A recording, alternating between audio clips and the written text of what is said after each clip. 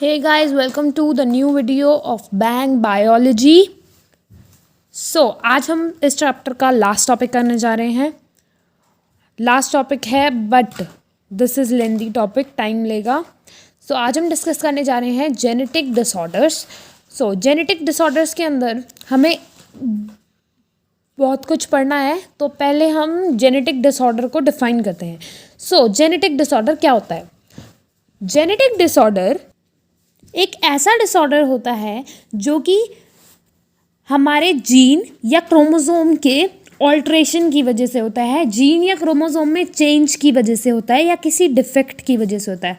अगर हमारे जीन्स में कोई इशू आ रहा है, यानी कि कोई भी इफेक्ट जो है वो जीन में आ रहा है, तो हम उसे मेंडेलियन डिसऑर्डर कहते हैं, या फिर हम उसे दूसरी लैंग्वेज में जीनिक डिसऑर्डर भी कह सकते हैं.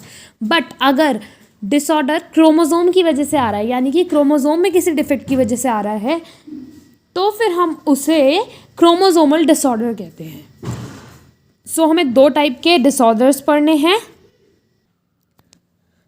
ये हमारे पास दो टाइप के होते हैं, मेंडेलियन और क्रोमोसोमल. जेनेटिक डिसऑर्डर्स हमें दो टाइप के पढ़ने हैं, मेंडेलियन और क्रोमोसोमल. मेंडेलियन में मैंने आपको बताया अगर ये किसी जीन की गड़बड़ी से हो रहा है डिसऑर्डर, तो हम उसे मेंडेलियन डिसऑर्डर कहेंगे. अगर वो किसी क्रोमोसोम की वजह से हो रहा है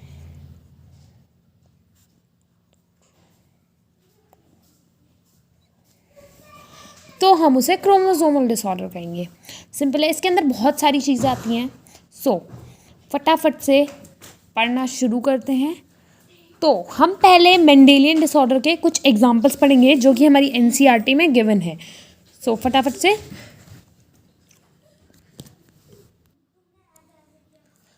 सबसे पहले हम मेंडेलियन डिसऑर्डर का एग्जांपल ले रहे हैं, जो कि फर्स्ट एग्जांपल है हमारा हेमोफीलिया.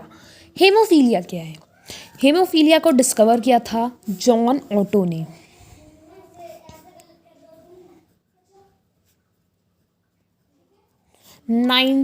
1803 में. जॉन ऑटो ने डिस्कवर किया था इस मेंडेलियन डिसऑर्डर को फर्स्ट टाइम 1803 में. हेमोफीलिया में क्या होता है? हेमोफीलिया में जो ब्लड होता है वो कोएगुलेट होने की कैपेसिटी खो देता है. यानी कि जैसे हम देखते हैं, जहाँ अगर हमारे कहीं कट लग जाता है या कुछ हो जाता है, ब्लड निकलता है, ठीक है, थोड़ी देर में अपने आप ब्लड रुक जाता है. दैट मीन्स ब्लड कोएगुलेट हो जाता है, वहाँ उस जगह पे ब्लड रुक गया है. बट अगर वो ब्लड रुके ही ना, यानी कि किसी में ऐसा कट लगा हो जिसका ब्लड रुक ही ना हो, तो इसलिए इसे ब्लीडर्स डिजीज़ भी कहते हैं, क्योंकि इसमें एक सिंपल कट भी नॉन स्टॉप ब्लीडिंग की वजह से डेथ करा सकता है उस इंसान की. हेमोफीलिया को हम ब्लीडर्स डिजीज़ कहते हैं. इस डिजीज़ में क्या होता है? ब्लड कोएगुलेट होने की कैपेसिटी खो देता है, ब्लड अपने आप जम नहीं पाता है, जिसकी वजह से ब्लीडिंग होती रहती है और बहुत सारा ब्लड लॉस हो जाता है, और ये लीथल डिजीज़ है. और ये एक्स लिंक्ड रेसेसिव जीन की वजह से होता है. अब ये क्या है? चलिए फटाफट से इसे समझते हैं. जैसा कि हमने पढ़ा है, हमारा क्रोमोसोम होता है. हम इसे मान के चलते हैं ये एक्स क्रोमोसोम है हमारा. तो एक्स क्रोमोसोम पे किसी जीन पे डिफेक्ट की वजह से हेमोफीलिया होता है, तो इसीलिए हम इसे एक्स लिंक्ड कहते हैं. एक्स लिंक्ड कहते हैं. और इसे रेसेसिव क्यों कह रहे हैं? इसे हम रेसेसिव इसलिए कह रहे हैं क्योंकि अगर डोमिनेंट वाला प्रेजेंट होता है और रेसेसिव वाला प्रेजेंट होता है उस प्रोटीन को बनाने वाला, तो ऑफ कोर्स डोमिनेंट वाला अपने आप को एक्सप्रेस करेगा. तो यानी कि अगर ये होमोलोगस कंडीशन में होता है तब ये घातक हो सकता है. ठीक है. अगर ये एक्स लिंक्ड रेसेसिव जीन है तो इसका मतलब ये है कि अगर ये हेट्रोजाइगस कंडीशन में है, दैट मीन्स वो डिटेक्टेबल है, यानी कि वो अपने इफेक्ट से शो नहीं करेगा, वो कैरियर होगा उसका. मतलब उसके अंदर हेमोफीलिया है, यानी कि उसकी आगे की प्रोजेनीज में वो ट्रांसफ़र हो सकता है, बट वो नहीं कहे, ये हम नहीं कह सकते कि उस इंसान को हेमोफीलिया है. वो हेमोफीलिया का कैरियर होगा। सो डोमिनेंट नहीं है, ये रेसेसिव है। रेसेसिव है तो इसलिए इसे हम कह रहे हैं एक्स लिंक्ड रेसेसिव जीन। ये तब होती है जब एक ऐसा जीन जो कि ब्लड को कोएगुलेट करने की जितनी भी रिएक्शंस होती हैं उनमें से सबसे मोस्ट इम्पॉर्टेंट पार्ट में इफेक्ट की वजह से होता है। यानी कि कोई ऐसा जीन जो एक ऐसी प्रोटीन बना रहा है जो हमारे ब्लड को कोएगुलेट कर रहा हो, उसे कहते हैं हम, उसी जीन की वजह से ये हो रहा है। उसे हम कह रहे हैं हेमोफीलिया। यानी कि हेमोफीलिया में क्या हो रहा है, एक एक्स लिंक्ड रेसेसिव जीन है, यानी कि एक्स क्रोमोसोम पे एक जीन प्रेजेंट है जो कि रेसेसिव है और एक ऐसी प्रोटीन बना रहा है जो कि ब्लड को कोएगुलेट करने में बहुत ज़्यादा हेल्प करती है। तो इसलिए अगर ये डिजीज़ हो जाती है तो ब्लड कोएगुलेट नहीं हो पाता।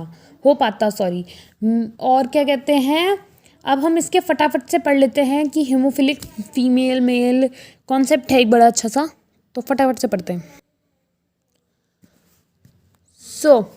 एक्स लिंक्ड रेसेसिव जीन है, ये हमें पता चल गया। अब ये कैसे होगा?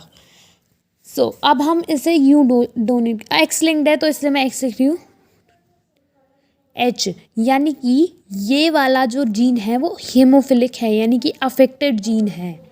अगर हम ये शो कर रहे हैं उसके ऊपर एच, अगर हम सिंपल एक्स लिख रहे हैं और उसके ऊपर एच शो नहीं कर रहे, दैट मीन्स वो अफेक्टेड नहीं है। जिसके ऊपर हम एच शो कर रहे हैं दैट मीन्स ये अफेक्टेड है। तो इसका मतलब क्या हुआ, एक अफेक्टेड है एक नहीं है। ये रेसेसिव है, ये डोमिनेंट होगा क्योंकि ये अफेक्टेड नहीं है, रेसेसिव वाला अफेक्टेड है। तो ये जो डोमिनेंट है ये अपने आप को एक्सप्रेस करेगा। तो हम इसे ये नहीं कह सकते कि इसे हेमोफीलिया है, ये हेमोफीलिया का कैरियर है।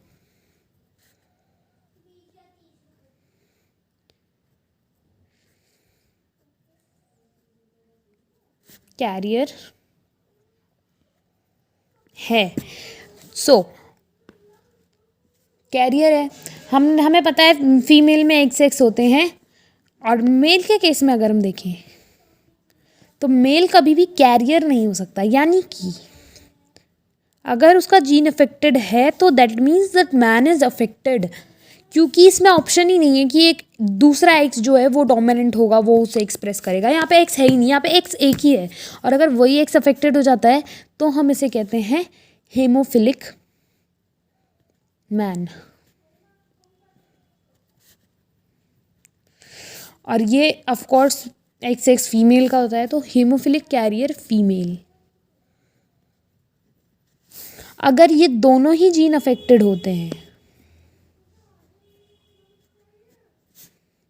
तो ये हो जाएगी हेमोफिलिक फीमेल। ओके, और अगर एक्स वाई की केस में हम बात करें, अगर ये एक्स क्रोमोसोम अफेक्टेड है ही नहीं तो ये नॉर्मल मेल होगा। दैट मीन्स इसे कोई डिजीज़ ही नहीं है हेमोफीलिया जैसी, नॉर्मल मेल।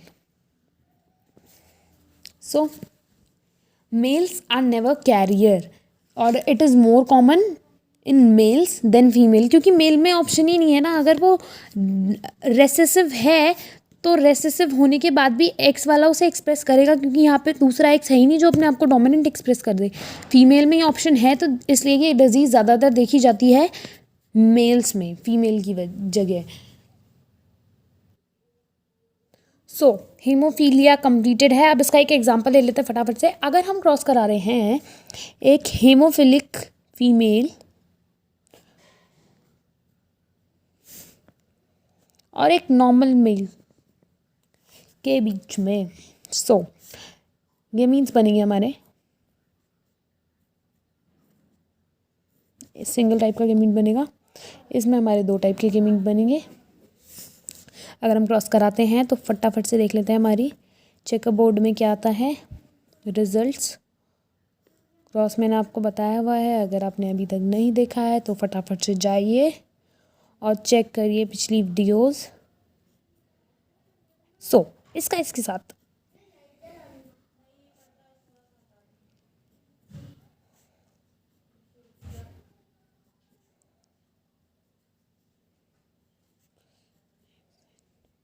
दैट मीन्स अगर ऐसा कोई क्रॉस होता है जिसमें कि फीमेल हीमोफिलिक हो, मेल नॉर्मल हो, तो सारे मेल्स हीमोफिलिक आएंगे, फीमेल्स कैरियर आएंगी। इसमें आपसे क्वेश्चंस पूछे जाते हैं कई बार कि यदि हीमोफिलिक मेल और हीमोफिलिक फीमेल के बीच में क्रॉस कराया जा रहा है तो प्रोजेनीज में क्या रिजल्ट्स होंगे। यानी कि और पूछा जा सकता है कि अगर नॉर्मल फीमेल है कैरियर नॉर्मल मेल है कैरियर फीमेल है, उनके क्रॉस में क्या प्रोजेनीज आएंगी, क्या परसेंटेज होगी नॉर्मल फीमेल की, क्या परसेंटेज होगी हीमोफिलिक फीमेल की।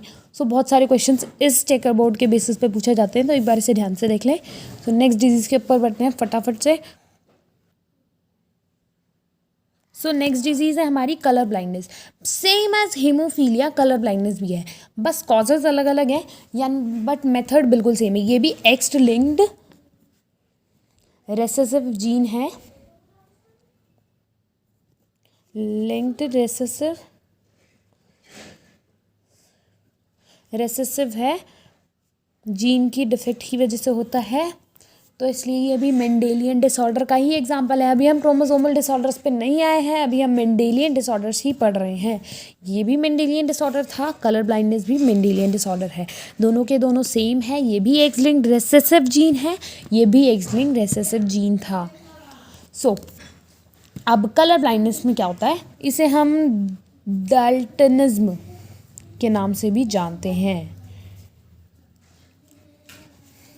इसे हम डाल्टनिज्म के नाम से भी जानते हैं। इसमें क्या होता है, इसमें जिस इंडिविजुअल को ये बीमारी है वो रेड और ग्रीन के बीच में डिफ्रेंशिएट नहीं कर पाएगा, यानी कि वो उन रेड और ग्रीन कलर को पहचान नहीं पाएगा।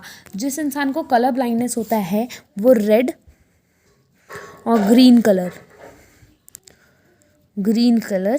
को रिकॉग्नाइज नहीं कर पाता है, डोंट रिकॉग्नाइज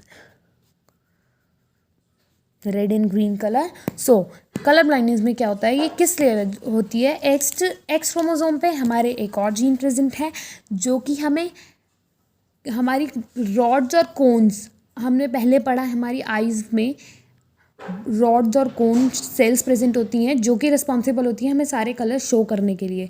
उन्हीं के मिक्सअप से बहुत सारे वो शो होते हैं हमें कलर्स।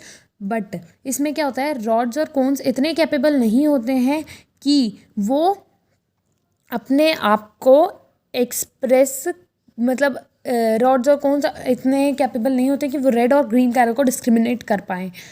तो इसलिए कलर ब्लाइंडनेस इस बिल्कुल सेम है हीमोफीलिया के, तो लीथल नहीं है ये किसी भी तरह से, क्योंकि नहीं दिख रहा तो कोई प्रॉब्लम नहीं है, ब्लैक एंड वाइट दिखेगा उसे टीवी की तरह, बट दिखेगा तो कम से कम। So red and green colour discriminate करने में प्रॉब्लम है, बाकी सारे कलर्स नॉर्मल दिखते हैं। सो ये लीथल नहीं है बट है हीमोफीलिया। तो हीमोफीलिया लीथल था, इससे इंसान मर सकता था, बट इससे इंसान नहीं मरेगा।